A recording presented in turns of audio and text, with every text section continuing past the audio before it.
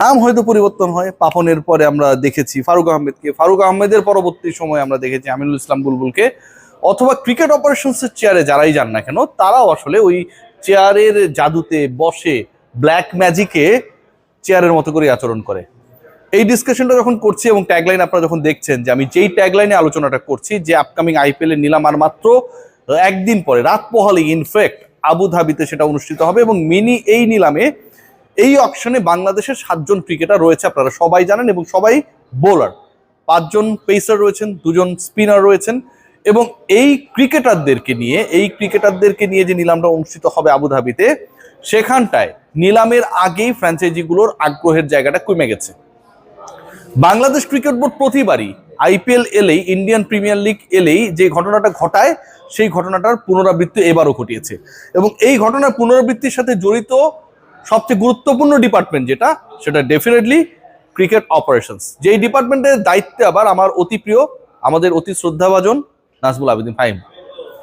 নাজমুল আবেদিন ফাহিম সাহেব যখন বাংলাদেশ ক্রিকেট বোর্ডের পরিচালকের দায়িত্বে ছিলেন না, অথবা তিনি যখন এরকম একটা হট সিটে ছিলেন না, তখন বিভিন্ন সময় দেখতাম যে ক্রিকেটাররা কেন বিভিন্ন ফ্র্যাঞ্চাইজ লিগে খেলতে পারে না, তাদেরকে অপরচুনিটি দেওয়া হোক, সেই লিগগুলো কম্পিটিটিভ, সেখানকার এক্সপিরিয়েন্সটা বাংলাদেশ দলের ড্রেসিং রুমে শেয়ার করলে অনেক কাজে লাগবে, এরকম নানা জ্ঞান গর্ব কথাবার্তা বলেছিল। কিন্তু তিনি যখন আজকে ওই পার্টিকুলার চেয়ারে চলে গেছেন, তখন ক্রিকেটারদের জন্য এক্সপিরিয়েন্স গ্যাদার করা, নিজেদেরকে সমৃদ্ধ করা, আইপিএল এ খেলার সুযোগটাকে কাজে লাগিয়ে ন্যাশনাল টিমে সার্ভ করা, সবকিছুই তিনি ভুলে গেছেন। শর্ত সাপেক্ষে এনওসি দেওয়া হচ্ছে, 6 ক্রিকেটার শর্ত সাপেক্ষে এনওসি পাবেন, নো অবজেকশন সার্টিফিকেট পাবেন ফ্রম বিসিবি, যে তারা আইপিএল এর একটা পার্টিকুলার সময়ে খেলতে পারবেন। আর একজন ক্রিকেটার তিনি শতভাগ, মানে পুরো আইপিএল যদি তিনি দল পান খেলতে পারবেন, সেই ক্রিকেটার হচ্ছে বাঁহাতি অর্থোডক্স রাকিবুল।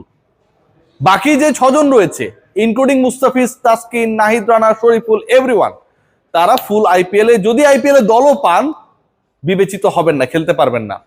এর থেকে বড় ভয়ঙ্কর, মানে দল পেলে খেলতে পারবেন না, এটা অনেক পরের আলোচনা।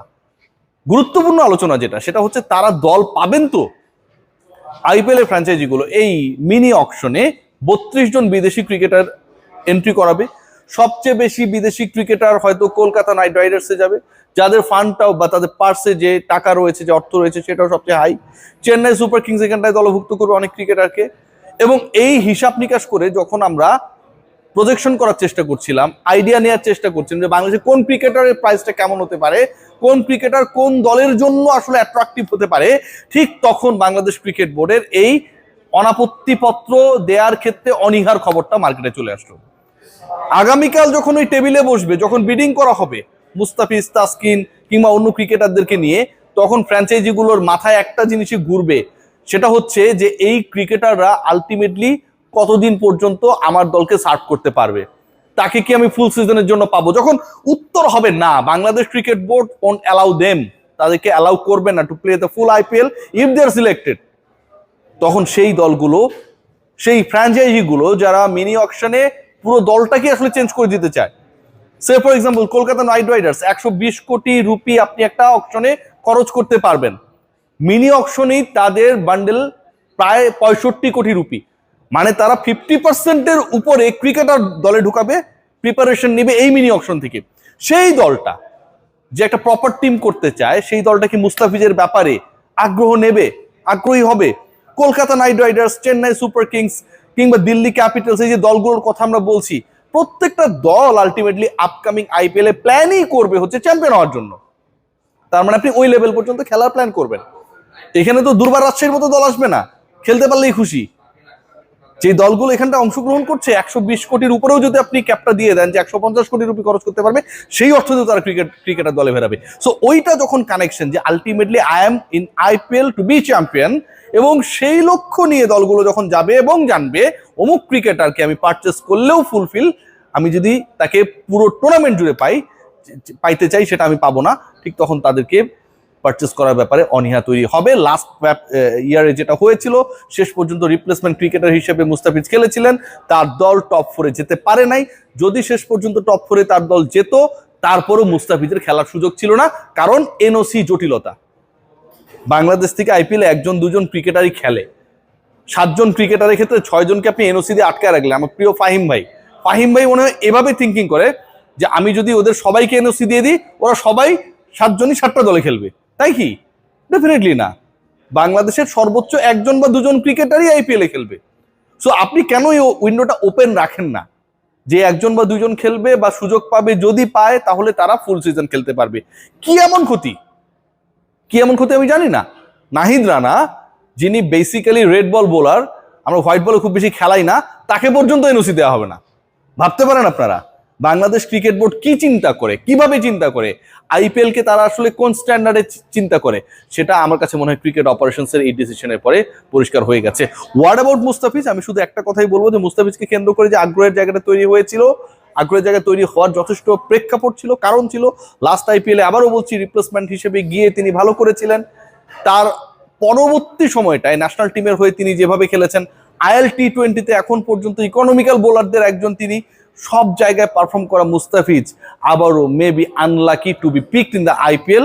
কারণ end of the day Bangladesh cricket board যেভাবে চিন্তা করছে, যেভাবে ভাবছে, যেভাবে এনওসির প্রোগ্রামটা করেছে, এবং এই এনওসি কতদিন পর্যন্ত কোন ক্রিকেটার খেলতে পারবে অলরেডি প্রত্যেকটা ফ্র্যাঞ্চাইজির হাতে রয়েছে। তাদের ওই প্ল্যানিংটা আমার কাছে মনে হয় সবচেয়ে বড় বাধা হচ্ছে। তাদের অর্থ না, যে কোনো দলের 21 কোটি রুপি রয়েছে, ও চাইলেও অমুক ক্রিকেটারকে কিনতে পারলো না, সেটা না। বরং বাংলাদেশ ক্রিকেট বোর্ড বাংলাদেশি ক্রিকেটারদের ক্ষেত্রে যে এম্বার্গোটা দিয়ে রেখেছে, 7 জন ক্রিকেটারের ক্ষেত্রে 6 জনকে এনওসি দেওয়া হয়েছে, এবং এই 6 জনের বিসিবির চিন্তা, আবারও বলছি, রিপিট করে বলছি, অনেকটা এরকম যে তারা যদি সুযোগ পেয়ে যায়, সবাই যদি চলে যায়, তখন বাংলাদেশের হয়ে নিউজিল্যান্ডের বিপক্ষে কে খেলবে? অবান্তর চিন্তা নেই। যখন বাংলাদেশ ক্রিকেট বোর্ড ব্যস্ত থাকে, ঠিক তখন আমাদের অপরচুনিটিসগুলো হারায় আমাদের ক্রিকেটাররা। আপকামিং আইপিএলে মুস্তাফিজ যদি দল না পায়, অন্য ক্রিকেটারদের হিসাব অনেক পরে, কিংবা অন্য যে ক্রিকেটাররা রয়েছে, মুস্তাফিজ ছাড়াও কিন্তু তাসকিনের একটা চান্সেসের জায়গা রয়েছে, শরীফুলের চান্সের জায়গা রয়েছে। এই ক্রিকেটাররা যদি শেষ পর্যন্ত দল না পায়, তাতে অবাক হবার কোনো কিছুই থাকবে না। কারণ এদের দল না পাবার ক্ষেত্রে বাংলাদেশ ক্রিকেট বোর্ড তারা একটা ভাইটাল রোল প্লে করছে। এরকম এনওসি খেলা প্রত্যেকটা সময় ছিল, বিরোধী পক্ষে যে ছিল সে হয়ে যেত হচ্ছে সহমর্মী, নানা যুক্তি তর্ক আবেগ দিয়ে বোঝানোর চেষ্টা করতো আমি ওই চেয়ারটাতে গেলে সব বদলে ফেলবো। কিন্তু এই মানুষগুলোর আসলে মাথার মধ্যে কাজ করতো ওটাই, যে আমি যখন চেয়ারে থাকবো, এন্ড অফ দ্য ডে আমি আমার প্রভাব খাটাবো। আজকে নাজমুল আবেদিন ফাহিম ক্রিকেট অপারেশনস, এগুলো নিয়ে কোনো আলোচনা হওয়ার কথাই ছিল না। আমি রিয়াসাত আজিম কিংবা বাংলাদেশের প্রত্যেকটা মিডিয়া তাদের নিয়ে আলোচনা করছে কেন জানেন? এনওসি না দেওয়ার ডিসিশনের কারণে, ফুল এনওসি না দেওয়ার ডিসিশনের কারণে তারা আলোচনায় থাকতে চায়। মুস্তাফিজ যতটা আলোচনায় থাকতে চায় বা পারফরমেন্সে থাকে, তাসকিন না থাকে, বাংলাদেশের যেই কর্তারা ক্রিকেট চালাতে গিয়ে হিমশিম খাচ্ছে, তারাও সমভাবে ওই আলোচনায় থাকতে চায়, এবং ওই আলোচনায় থাকতে চায় দেখেই এনওসি নিয়ে এই খেলাটা করে, 9-6 করে। সবাই ভালো থাকবেন।